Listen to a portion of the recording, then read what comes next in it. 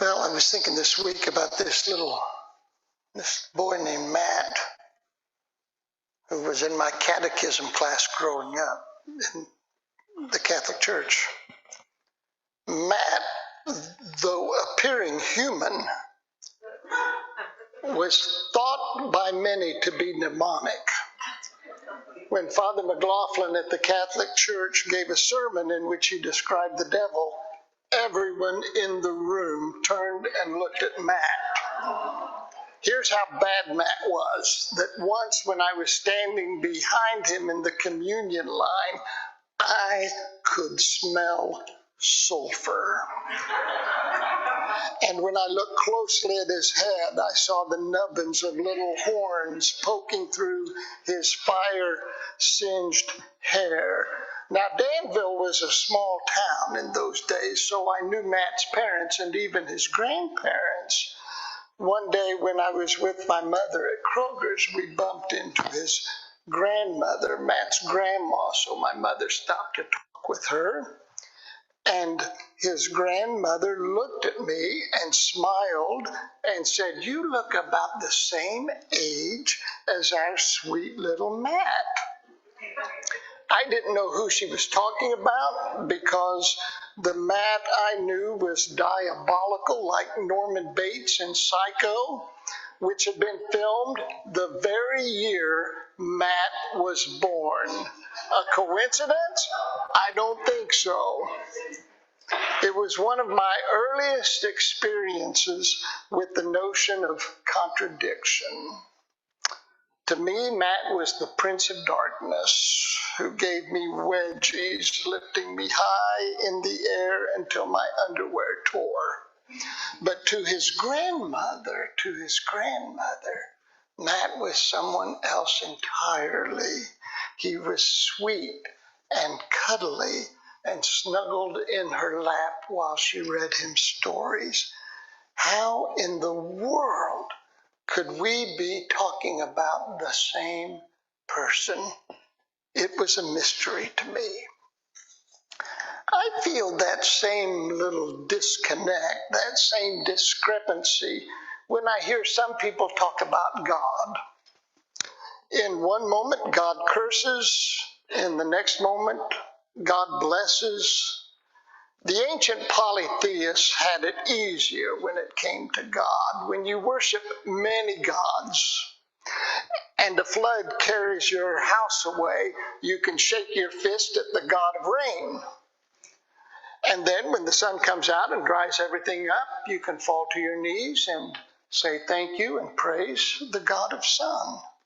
But when you have only one God, that one God must contain all of the divine activity. And before long, you can't help but wonder how it is that the same God can be responsible for everything that happens. How is that possible? If your child dies in a car accident, you wonder, why would God do that to me? Why would God do that? But then a few years later, your grandchild is born and you hold her in your arms and you thank God for her precious, beautiful life. Notice how the exact same God cursed you and blessed you. How does that make sense? Last week, we took notice of the theological illiteracy in our culture, which we pointed out can have very troubling effects, one of which is Christian nationalism, this noxious notion that white American Christians are uniquely loved and blessed by God, that white American Christians, especially males, because after all, we're the ones who dreamed this up, that we should enjoy rights and privileges others don't, that it is appropriate to write hate into law, thereby using the considerable weight of government to further their theological and political objectives, all the while making their hatred seem virtuous and noble. This is the problem with Christian nationalism. Its ability to make others think that they work and speak on behalf of God. We can challenge this effort, of course, in the political arena by not voting for people who believe this. But it must also be challenged in the spiritual arena, since their understanding of God is at the root of their sacrilege. Their image of God is not just wrong, it is dangerous and must be countered by good theology. The only solution to the ravages of bad theology is good theology. John Shelby Spong, the writer, used to say that there was no such a thing as liberal theology or conservative theology. There's only good theology and there's bad theology. And good theology is that which brings out the best in us. Bad theology is that which diminishes us and makes us worse than we would otherwise be. The only solution to bad theology is good theology. So today I want to talk about what God cannot do. Sometimes you hear someone say that God can do anything. If something bad happens to us or is about to happen to us, they are just to have faith, telling us God can do anything. There's a woman in my extended family who writes this on people's Facebook page whenever they post about some difficulty they're having.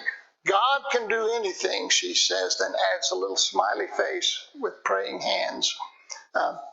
After she writes that God can do anything, I always want to write, no, God can't. No, God can't. We must disabuse ourselves of the belief instilled in us since childhood that God can do anything, that God is all powerful. Because just as soon as we were taught that, we were also taught something else about God, that God is all loving, and that God is all knowing. This is the trinity of bad theology. God is all loving, all powerful, and all knowing. And when we are taught that, and when we absorb that and believe that, it causes untold human misery. After all, if God is all loving and all knowing and all powerful, then why are there bullies? Or worse, why does God allow starvation? Why doesn't God do something about that? Or the wholesale slaughter of Native Americans, or slavery, or the Holocaust? Why does God seem to have this infuriating habit of entrusting beautiful, innocent babies to drug addicts and alcoholics? Have you ever wondered that? Why? Formula doesn't work, does it? It makes no sense. If God has the power to stop such things, knew they were going to happen, and had the power to stop them, then God is not loving. I would have stopped it. You would have stopped it. But God didn't stop it. Who wouldn't stop those things? Well, apparently God. And if this is the case, then I say we should dispense with worshiping God, or admiring this God, or loving this God, or wanting to behave like this God. But there is another option, and that is this, that we can re-examine our theology and consider the possibility that maybe some of the things we've been told about God aren't true. We can give up this fantasy about God's power.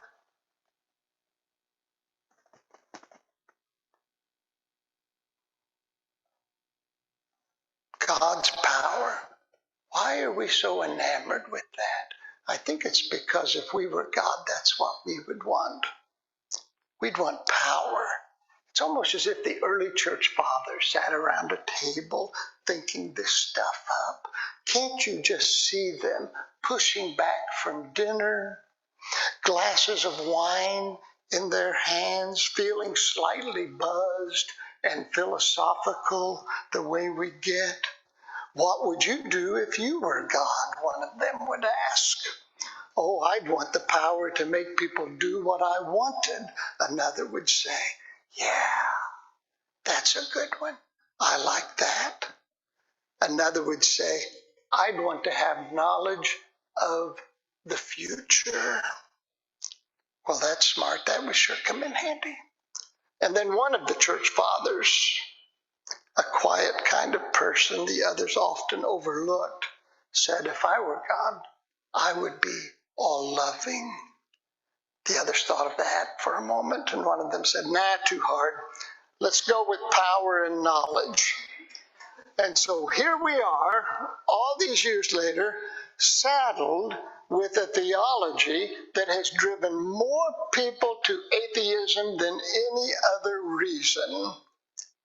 Not to mention, made countless people miserable, people whose lives have been one long, constant struggle, only to be told it was God's will, that God wanted it that way. We must lose our enthrallment with power. Forget power. Forget knowing the future. Keep love. Keep love. Let us see what love can do, said the Quaker William Penn. Not let us see what power can do. Not let us see what omniscience can do. Let us see what love can do.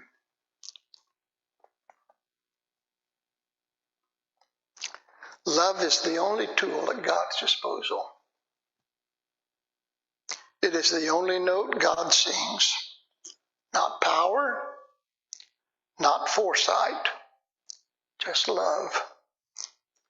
In our life together, in our lives in this world,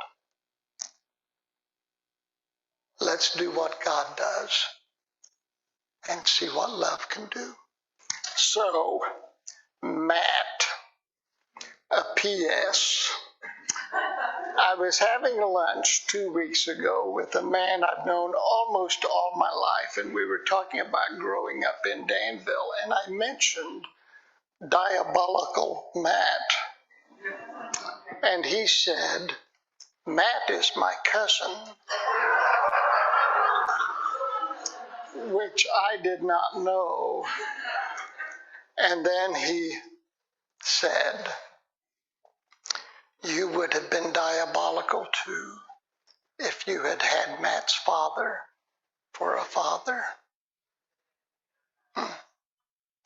So friends, whenever we see people who believe in ways we find troubling, just remember there is always a history there. There is always a history.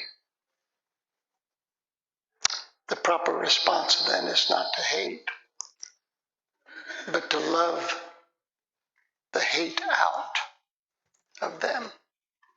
I asked my friend, I said, did the little horns keep growing? And he said no, that Matt met a wonderful person and they had children. And Matt didn't want to do to his children what had been done with him. And so he became a very loving man. And that can happen. We bear witness to that in our own lives. So friends, whenever you are treated with hate, just remember that always has an origin. That always begins somewhere, and do all you can to make sure it never begins with you. Turn and greet friends.